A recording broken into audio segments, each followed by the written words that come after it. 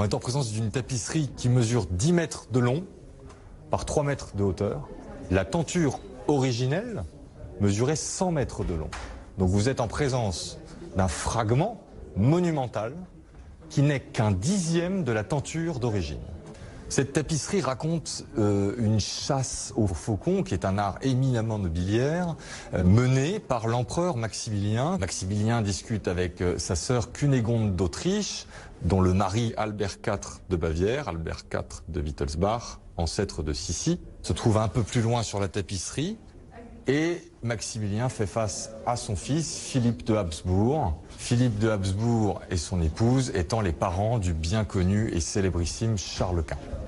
C'est une manifestation d'apparat, c'est une démonstration de puissance, de pouvoir. On voit différentes conversations, se jouent beaucoup de choses de l'histoire du monde.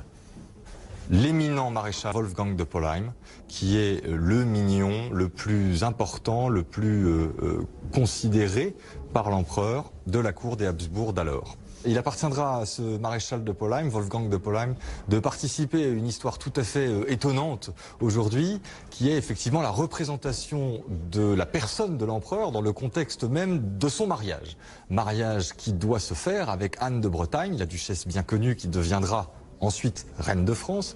Mais pour ce mariage, Anne de Bretagne n'est pas visitée par l'empereur, elle est visitée par Wolfgang de Polheim qui le représente et qui le représente si bien qu'il en vient à consommer par procuration ce mariage selon une coutume de Brabant qui est la jambe dévêtue de la duchesse contre la jambe dévêtue de Wolfgang de Polheim, frottée chastement dans un lit afin de consommer ce mariage qui se devait de l'être pour être considéré comme valide. La tapisserie a une histoire très mouvementée qui commence en 1510 jusqu'à ce qu'arrive hélas la Seconde Guerre mondiale et le maréchal Göring, dont on sait sa passion pour les œuvres d'art, s'est mis en tête de faire à tout prix l'acquisition de cette tapisserie. La tapisserie est envoyée en Allemagne.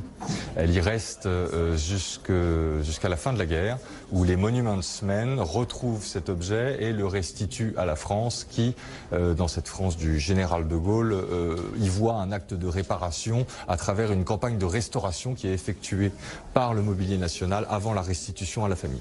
La vente se tiendra à l'Hôtel des Ventes de Neuilly le 9 décembre prochain, sous le marteau de Claude Agut, commissaire-priseur, certainement le seul commissaire-priseur de France à chasser lui-même au faucon.